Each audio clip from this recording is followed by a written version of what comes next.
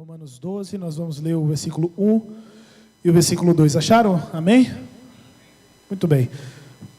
Diz assim: portanto, irmãos, rogo-lhes, pelas misericórdias de Deus, que se ofereçam em sacrifício vivo, santo e agradável a Deus. Este é o culto racional de vocês. Não se amoldem ao padrão deste mundo, mas transformem-se pela renovação da sua mente, para que sejam capazes de experimentar e comprovar a boa, agradável e perfeita vontade de Deus. Amém? Quem aqui quer transformar o mundo? Faz o sinal assim. Quem quer ver nosso mundo, nosso Brasil transformado? Glória a Deus por isso. Isso é uma coisa muito importante. Nós temos que ter dentro de nós o desejo de mudar a nossa realidade. O que Deus nos confiou, o que Jesus nos confiou, foi uma missão de sair pelo mundo, de pregar o Evangelho e, através dessa atitude, transformar a realidade dos lugares onde passarmos. Essa é a nossa missão. É simples, né? Como diz o professor Alexandre Marciano, é simples. É mudar o mundo. Isso é a nossa missão. Mas como é que a gente vai fazer? E essa é a história que eu vou contar para vocês. Em abril de 2012, eu me mudei para São Paulo para ser missionário. Eu me mudei no dia 14 de abril. Essa foto é na comunidade do Moinho, é lá onde o Everton mora até hoje. Mas logo, logo, né? Quando ganhar o primeiro título mundial, disse que vai tirar a mãe de lá. Ele não contou, ele tem 6 irmãos, são 7 filhos, gente. É filho pra caramba, né? Eu tinha uma só, a gente quase se matava. Imagine só se eu tivesse 6. Ele tem 6 irmãos, ele é o do meio. E é um menino responsa, né? Tá firmão aí, no objetivo. E eu me mudei em abril de 2012. E desde abril de 2012 eu moro em São Paulo, eu sou de Salvador, nascido em Salvador, como a gente diz, nascido e malcriado na Bahia. E você é baiana também? Ah, não, mas a gente é gente boa. A gente é gente boa. Né? E eu me mudei em abril para 2012 para ser, na verdade, o primeiro voluntário na Cristolândia. Mas antes de eu ir, o que é que eu era? Eu trabalhava com educação infantil.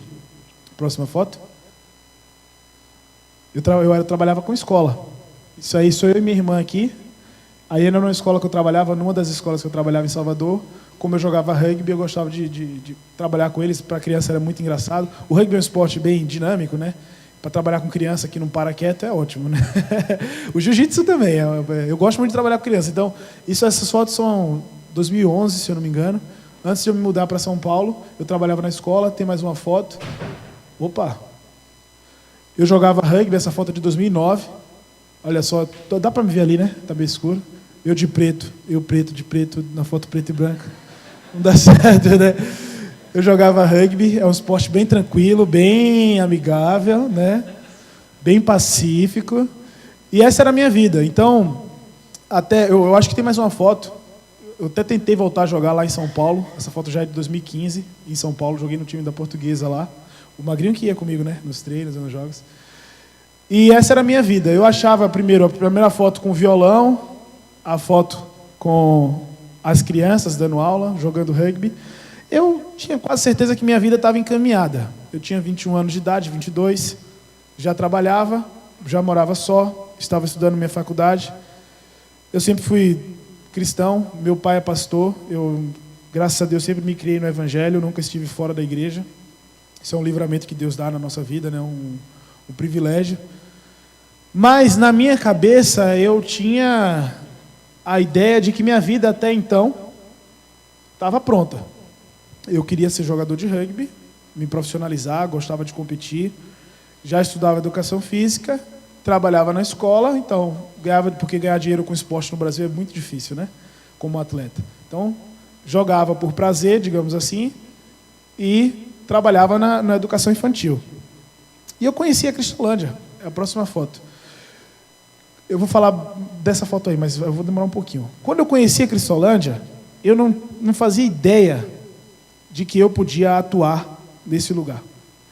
Os irmãos conhecem o trabalho da Cristolândia.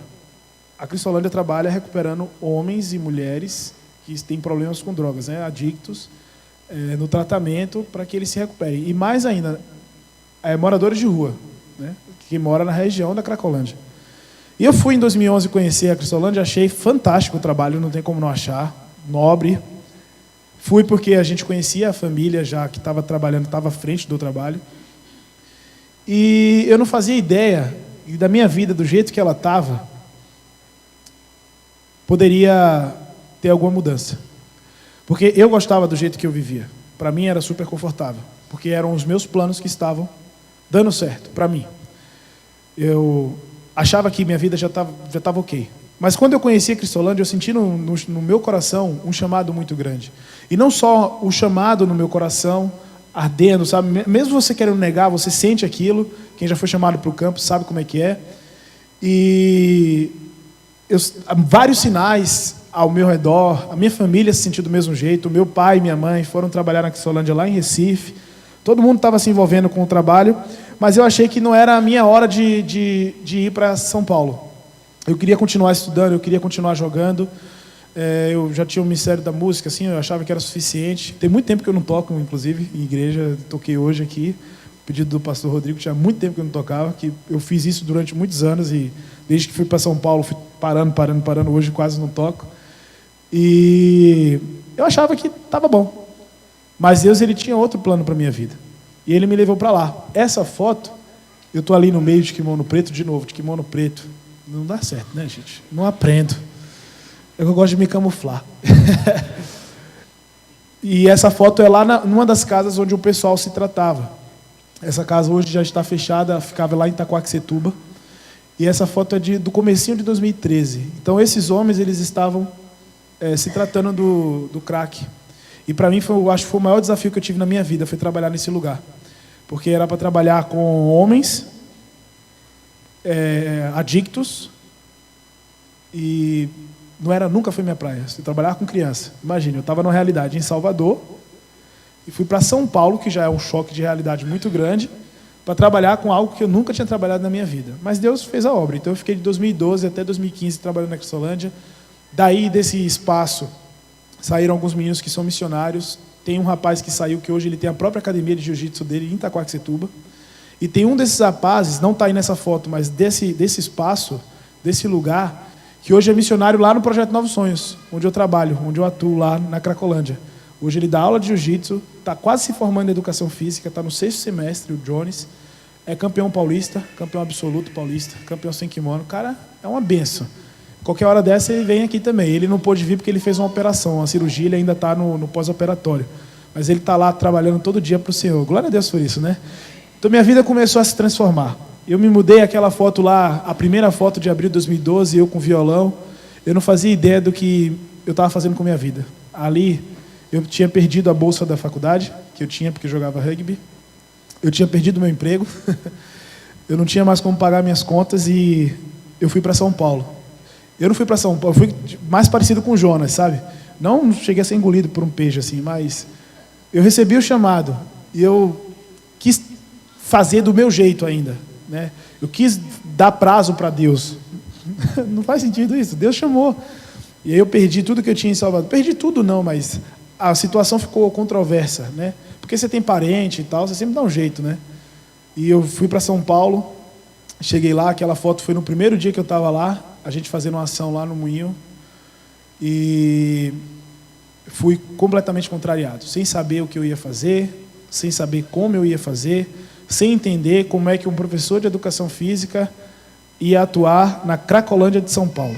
Pois bem, Deus tem os seus planos, e os planos de Deus, como a gente leu aqui, a vontade dele é o quê?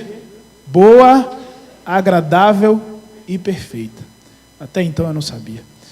E aí diz mais ainda aqui, no versículo 2, não se amoldem ao padrão deste mundo, não tomem a forma do padrão deste mundo. O que estava acontecendo comigo, até abril de 2012, é que eu, criado na igreja, filho de pastor, eu não estava tomando a forma daquilo que era celestial, daquilo que era de Deus, daquilo que era divino.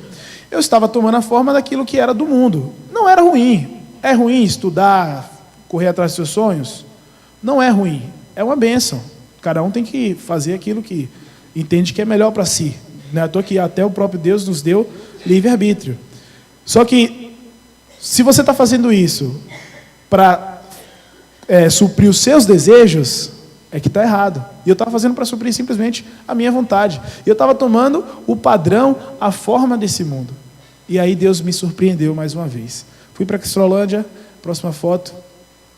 trabalhando lá no Moinho. Essa foto foi de um incêndio que teve em 2012, eu tinha acabado de me mudar, orando com um dos meninos. O nome desse menino é Wesley, né? Ele não mora mais lá, né? Mora ainda? Wesley, ele já deve estar enorme, né?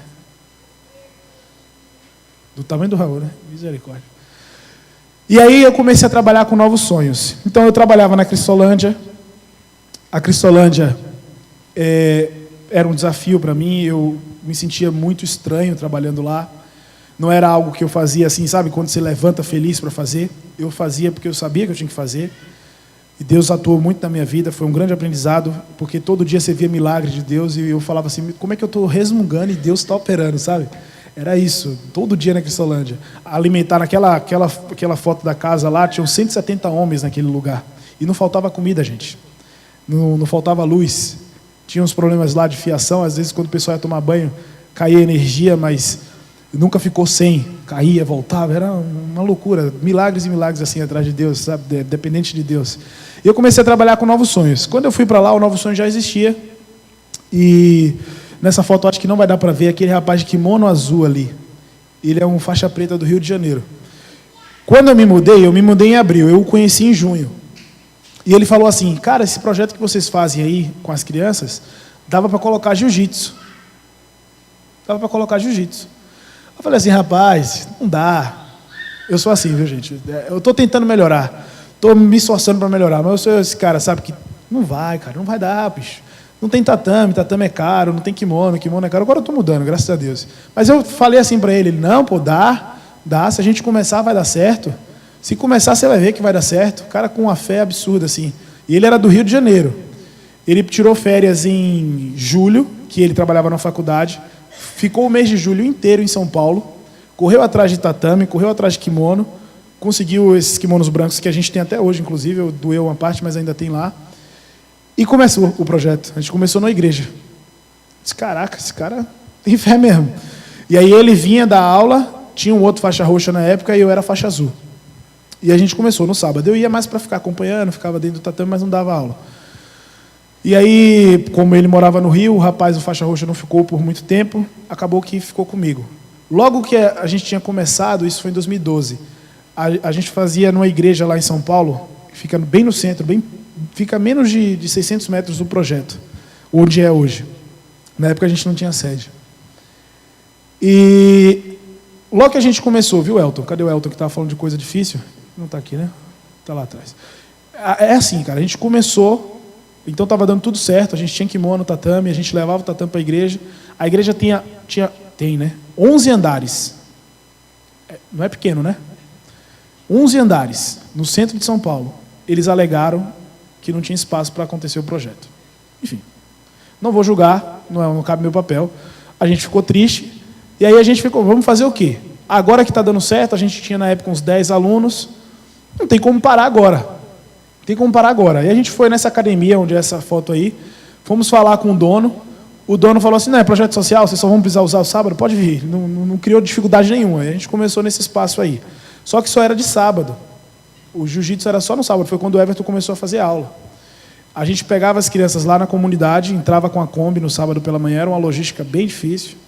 Tinha que pegar a Kombi cedo, chegava na comunidade 8 horas da manhã, a gente ia para a academia com as crianças, não era muito longe, mas para garantir o transporte delas, né? Levávamos até a academia, dava aula, quando terminava a gente levava de volta, tinha o lanche, tinha o devocional, tinha aula de jiu-jitsu, aí a gente levava de volta para a comunidade. Quando ia terminar, já era 1h da tarde, e a gente já tinha atendido 10 crianças. Mas glória a Deus por isso, era o meu refresco. Eu ficava de terça a sexta na Cristolândia, meio aperreado ali, fazendo. Era bom, mas não era aquilo que me enchia de alegria, sabe? E no sábado eu ficava felizão. Com essa logística toda, eu tinha que dirigir uma Kombi. Quem dirige Kombi aí, gente? Quem gosta de dirigir Kombi? Ninguém, né? Mas era a Kombi que tinha, a gente ia com a Kombi, botava as crianças dentro, e aí a gente se limitava ao quanto que a gente podia transportar na Kombi. Tinha esse porém. Às vezes tinha mais crianças e a gente ainda tinha uma dificuldade, que a gente chegava cedo na comunidade, a gente tinha que ir de porta em porta para acordar. A criançada, vamos, rapaz, tem aula de jiu-jitsu. E a gente fazia isso nessa época. E aí eu comecei a me sentir mais feliz. Estava em São Paulo, no sábado eu sei que vai ter lá a aula com as crianças. O faixa preta vinha uma vez no mês e o faixa roxa tinha ido embora, então eu comecei a dar aula como eu trabalhava lá em Salvador. Não era bem jiu-jitsu, era mais uma educação física mesmo de kimono.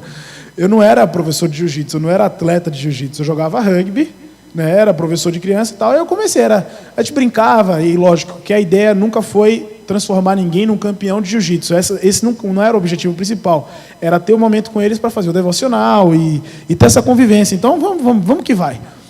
E aí, rapaz, depois de um ano dando essa aula aí, nessa academia, pode passar a próxima foto? Ó a figurinha ali. Esse pequeno aqui é o Everton. Ó a base. E a outra mocinha é a Ágata. E eu de faixa azul. Eu já tinha um ano com o projeto. E aí, numa dessas manhãs de sábado, eu estava conversando com o Everton, com ele aqui, que é muito especial na minha vida. E eu estava feliz com o projeto estava caminhando, crescendo, a gente tinha começando a fazer coisas legais, já tinha levado a criançada no campeonato. Mas eu ainda não via direito, não entendia, até setembro de 2013, eu não entendi, eu me mudei em abril de 2012. Setembro de 2013, crise atrás de crise. Quem está no ministério, né? É crise atrás de crise, gente. É dureza, é luta. E eu não tinha entendido o que eu tinha ido fazer em São Paulo. Setembro de 2013, eu estava conversando com o Everton, e aí ele falou, eu estava filmando, eu falei assim, o que é que você quer ser quando você crescer? Aí ele falou, o quê? Fala bem alto, para todo mundo ouvir, vai. Vocês ouviram? Vem aqui. Vamos fazer de novo, vai. Ih, rapaz. Olha a disposição da criatura. Vem cá. O que é que você vai ser quando você crescer? Professor de jiu-jitsu. Deu para entender? O que é que você vai ser quando você crescer? Professor de jiu-jitsu. Agora eu entendi. E aí, nesse momento, a minha ficha caiu. Nesse momento, eu entendi, porque a vocação da minha vida é ser professor. Quando ele falou isso para mim, eu falei, meu Deus do céu, eu não sou capacitado para transformar esse menino no professor. Eu não sou. Eu não sou a pessoa ideal. Eu era um mero faixa azul que treinava male, não levava o jiu-jitsu a sério. Na verdade, no começo eu ainda tinha muita resistência com o jiu-jitsu. E eu falei assim, cara, eu entendi. Agora eu entendi. Agora eu entendi o que Deus me trouxe para São Paulo. Depois de 1 ano e meio lá, hein? Agora eu comecei a entender o que é que Deus quer que eu faça aqui. E aí ficou mais fácil. Isso foi em setembro. Agosto para setembro que a gente teve essa conversa. Pode passar, acho que a próxima foto é... E aí, em outubro de 2013, gente, alugar qualquer coisa em São Paulo, qualquer coisa, se você vai precisar alugar um apartamento para você morar, é complicado. E é caro. E a gente mora no centro. O projeto é no centro de São Paulo. Apesar de ter a Cracolândia, tudo ali é muito caro. São preços assim exorbitantes. E desde quando eu estava falando já assim, olha, eu falava com minha esposa, né, a gente precisa de um espaço, porque a aula de balé era de terça e quinta numa escola que ficava na Paulista. Aí era de novo, pegava a Kombi, levava e depois trazia as meninas de volta. E a aula de jiu-jitsu era no sábado, numa academia emprestada, num tatame emprestado. Não era a melhor logística do mundo, né? Para quem quer crescer, aqui tem um espaço. Por isso que o projeto cresce tanto. A gente está no 2º ano com tantos frutos, porque tem um espaço, isso é importantíssimo. E a gente conseguiu esse espaço aí, em outubro de 2013. Esse lugar, ele era usado antes para o pessoal que trabalhava na Cristolândia dormir. Só que teve uma série de problemas, enfim, eu não vou falar sobre, mas o pastor na época, que é meu sogro, inclusive, ele tinha decidido devolver o espaço, era um comodato. Ele ia devolver para o dono. Eu falei assim, não, rapaz, não devolva não. A gente podia começar a fazer aula aí. Só que eu não tinha tatame, a gente não tinha tablado, não tinha nada. Aí ele falou assim, beleza, vamos fazer isso então. Tá vendo essa foto aí, o amarelo e azul? Isso era tudo de tatame que eu tinha na época. E olha quanto de gente que estava fazendo aula. Dá certo isso, professor? Não dá nunca na vida, cara. A gente faz uma loucura, depois a gente olha para trás assim. Não dá certo, mas era o que tinha. A gente começou assim. A gente botava uma lona também no tatame. Meu Deus, era uma loucura. Era uma lona no chão. Gente, é só Deus mesmo, viu? Outubro de 2013. Em janeiro de 2014, a gente ganhou 50 metros quadrados de tatame novos. Em novembro de 2014, o espaço ficou pequeno. Aí a gente conseguiu um parceiro para pagar o aluguel de baixo. Isso aí era no primeiro andar. O cara pagou o aluguel de baixo, a gente aumentou o tatame para 72 metros quadrados. De outubro de 2013, que eu tinha 30 alunos, em novembro de 2014 eu tinha 200. Isso é coisa que só Deus faz. Porque eu entendi o que Ele tinha que fazer na minha vida. E quando a gente fala de transformação, que a gente leu aqui, não é transformar o mundo só da boca para fora. A primeira coisa começa na gente.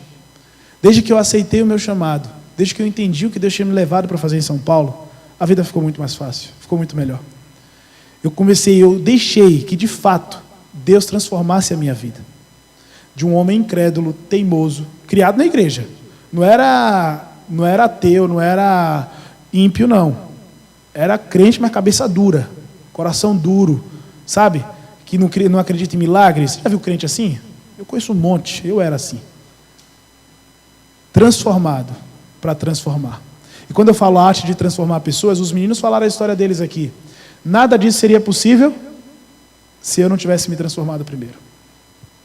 A gente quer transformar o mundo, irmãos. Vocês sinalizaram. A transformação começa em nós. Tenho mais bênção para contar. Pode passar. Graduando meus alunos. Olha que coisa boa, né? Quando pegou a faixa amarela. Se lembra quando você treinava? Era boa, né? Agora ele está na laranja. Essa foto foi em 2015. A gente fez uma graduação no nosso espaço. Foi a primeira graduação que a gente fez do projeto. E a gente aprendendo, os alunos competindo, os alunos graduando, os alunos evoluindo. E eu correndo atrás também. Eu comecei a querer me capacitar, querer tornar um professor de jiu-jitsu bom para os meus alunos, ajudar as pessoas que precisavam de ajuda. Isso tudo, depois que eu entendi o que eu precisava fazer, a transformação tinha que começar em mim. Então não era para transformar o Everton num professor, eu tinha que me transformar no professor primeiro.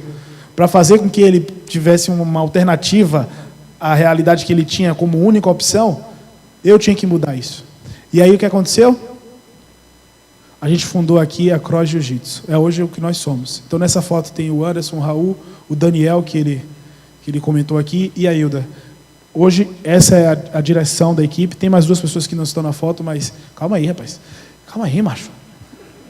Hoje nós somos Cross Jiu-Jitsu, ligados pela cruz de Jesus, para transformar a realidade da Cracolândia, transformar a realidade da Vila Progresso, transformar a realidade do Parque das Flores, do Jardim Popular e... Só, é isso, né? Somos 4, né? Eu falei as 4. Exatamente. Nós nos juntamos. Então, todos esses aí, eu tenho o projeto Novos Sonhos, o Raul tem MESEC. O MESEC, que chama o projeto lá na igreja dele, que na Vila Progresso, funciona na igreja, eu não sei se vocês entenderam isso. O projeto dele funciona na própria igreja, como aqui. O do Anderson também, lá no Parque das Flores. Como é que chama o projeto? Não tem nome. Coragem Jiu-Jitsu. Em nome de Jesus, está batizado. A igreja do Anderson é muito legal porque é num bairro bem populoso e a igreja está no meio do bairro. E faz que nem fez aqui. A igreja se transforma no que ela precisa se transformar. Puxa a cadeira para o lado depois do domingo à noite, bota tatame e durante a semana é academia de jiu-jitsu, é o projeto social de jiu-jitsu. Durante a semana inteira fica o tatame lá. Aí quando é final de semana, desmonta o tatame, bota a cadeira, vira igreja de novo. Não, acho que durante a semana tem um culto, né? Acontece um monte de coisa, mas vai se adaptando ali. E a igreja é assim, não tem como. Você passa, sabe? Você frequenta o bairro, você passa pela igreja, você vê a porta aberta, você vê dentro da igreja esse povo está fazendo isso aí. É um máximo, eu acho muito legal. O do Daniel também, no meio do bairro, é impressionante. E olha só, eles iam falar agora, eu tinha preparado o slide, mas a gente falaram antes. Olha o Raul, como foi que eu conheci, ó como é o menino. Bonito, né, o Raul? Faixa branca. Esse é o Daniel, na época também, que fez o meio de campo. Hoje o Raul, nessa época, ele tinha o sonho, né, de ser professor. Hoje é o professor, pegou a faixa marrom, para a glória de Deus, está ajudando muita gente também. Próxima foto. O Anderson, campeão paulista. Tem uma semana. Uma semana, ele nem falou isso. O cara foi campeão paulista aqui, ó, na faixa marrom. Essa foto foi no dia 27 de outubro. Hoje é dia... Já me perdi, hoje é dia 4. 4. Então tem uma semana aí. É uma semana. Dia 4, e olha só, o cara foi campeão, cara. Conheci ele de faixa azul, perdido também. Eu também estava meio atrapalhado na época, mas a gente se juntou, se ajudando, porque não é só da minha parte para ele, eu também me ajuda, né? Tá aqui comigo, vem, a gente quando precisa viajar, a gente viaja junto. Campeão paulista. Olha essa foto. Olha essa foto. Próxima foto. Everton e Diego ali do lado. Essa foi em 2015, quando eles foram lutar o Mundial de 2015. E agora essa foto desse começo desse ano, né? Não, do meio desse ano. Estão crescendo, né? O Diego já está quase maior que eu. Mas não alivio não, viu? Quase maior que eu. E eu acompanhando o crescimento deles, a evolução. O Diego é vice-campeão mundial, o Everton tem um monte de medalha que ele falou aí. E não são só eles, tem muito mais gente, que a gente não colocou na foto. E a principal transformação, pode passar? Em 2013, depois que, isso foi em setembro, então eu competi, eu acho que esse campeonato, salvo engano, foi em novembro de 2013. Foi o primeiro campeonato que eu disputei em São Paulo, que eu sou de Salvador, eu cheguei lá, já era faixa azul em São Paulo, né? Eu comecei a disputar campeonato porque quem quer ficar casca grossa, mais rápido, disputa campeonato. E eu sou novo, né? Eu tenho 29 agora. Em 2013 eu não tinha 24. E eu comecei a disputar campeonato. Essa foi a primeira medalha que eu ganhei no circuito paulista, medalha de bronze. E olha como é que muda. Pode passar a próxima. Essa foi já da faixa preta, com 2 meses que eu tinha pegado a faixa preta, que eu peguei a faixa preta recentemente. Fui campeão lá em Curitiba. Olha que benção. Isso é glória de Deus, irmãos. Eu não faço nada disso baseado no meu poder, alguma condição especial que eu tenha. Não tem um segredo, assim, um misterioso. É Deus. É Deus. Transformado para transformar. E agora é a pergunta, eu fiz uma pergunta no começo, né? Quem queria transformar o mundo? Vocês sinalizaram. E agora, quem quer ser transformado por Deus? Glória a Deus. Gente, nós podemos mudar Joinville. Nós não, vocês, eu não moro aqui. Vocês podem mudar Joinville. Vocês podem mudar Santa Catarina, a gente pode mudar o Brasil. O professor Alexandre falou aqui na sexta-feira que nós não devemos depender de político para mudar a nossa realidade. É a gente que muda. Hoje eu posso vivenciar a transformação de pessoas que estão perto de mim, depois que eu aceitei que Jesus Cristo mudasse a minha vida. Porque eu queria tomar a forma desse mundo. Mas aqui, ó, como é que começa? Apresentem em sacrifício vivo ao Senhor. Romanos 12, versículo 1, que a gente leu. Se a gente quer transformar a nossa realidade, se a gente quer transformar... Aqui tem bairros bem perigosos. Já falaram de alguns... Morro do Meio, não é isso? Que tem um projeto lá. Tinha um professor aqui de outro bairro também, um faixa roxa, é de lá mesmo? Jardim Paraíso. Eu vi vários bairros que são considerados ruins, né? Para se morar, perigosos. Se a gente vai mudar a realidade desse bairro aí, não é esperando que político faça, ou que outra pessoa faça, que o professor Alexandre faça, que o pastor Rodrigo faça. É a gente. E a gente só muda a nossa realidade quando a gente muda primeiro. E quem pode nos mudar é Jesus Cristo. É Jesus Cristo. Eu sou testemunha disso. Crescido na igreja, mas duro. Hoje, transformado e me transformando cada dia mais, tentando melhorar, me parecer mais com Jesus. Não sou perfeito, longe disso, mas todos os dias procurando chegar mais perto daquilo que Jesus quer para a minha vida. E as coisas estão acontecendo. Eu não falei muito o que eu falei na sexta-feira, eu não sei quem estava aqui. Eu sou coordenador de um projeto chamado Projeto Novos Sonhos. Eu não falei hoje sobre o projeto. É um projeto missionário que atua na Cracolândia, com prevenção para crianças e adolescentes em vulnerabilidade social. Nós atendemos mais de 500 crianças. Lembra que a nossa primeira sede lá não tinha tatame, não tinha nada. Hoje Deus nos colocou numa sede de 1.300 metros quadrados. No meio da Cracolândia, um oásis, um paraíso ali. Você entra naquele ambiente, não parece que você está na Cracolândia. Coisa que só Deus pode fazer. A gente construiu uma quadra lá, de futsal, que a gente não tinha quadra de futsal. Era uma dificuldade muito grande isso. Só de concreto foi mais de 15 mil reais. Tudo de doação, irmãos. Deus trouxe o engenheiro e o engenheiro trouxe o concreto. Porque Deus faz assim. A gente não precisou colocar um dinheiro nesse negócio. A gente só vai precisar pintar o concreto que está lá. A gente ainda não pintou, não. A gente tem fé que vai pintar até o final do ano. Foi feito agora, recentemente. Meninas do balé se profissionalizando no balé. Pessoas aprendendo a sonhar de novo. Tudo isso eu só consigo viver porque aceitei ser transformado por Jesus. Queria agradecer a todos vocês por me escutarem, por terem dedicado esses momentos aqui. E essa foto, esqueci da última foto. Essa foto foi no dia que o Raul pegou a faixa marrom. Olha quanta gente lá do projeto. Isso é só na nossa graduação, esse é na sede nova.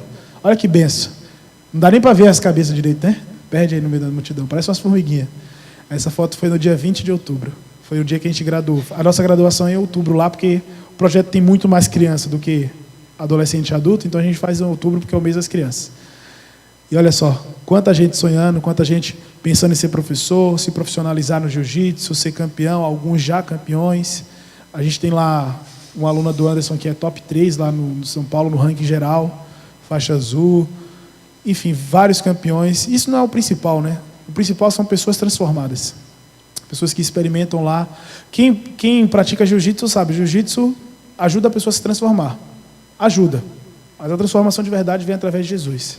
Então, se a gente tem um tatame na igreja, cara, só não transforma se o capa for terrível demais. Isso tem que ser assim. E a igreja, a gente tem que ser o que a nossa comunidade precisar. Se a nossa comunidade precisar de um tatame, a gente tem que ter um tatame aqui. Se precisar de uma quadra, a gente tem que ter uma quadra aqui.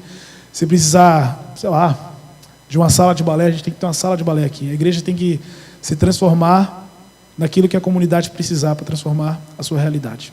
Amém? Como o pastor Rodrigo falou, eu tenho alguns planos de competição para o ano que vem, alguns planos pessoais. Lógico que os meus planos pessoais hoje são todos voltados para o projeto, né? Porque quando eu penso em fazer algo desse tipo, é para que o projeto cresça também, para levar know-how para os meus alunos. Porque é o que eu falo para eles, eu vou competir, não é porque eu gosto só de competir, é porque depois eu tenho que ensinar para eles como é que é, né?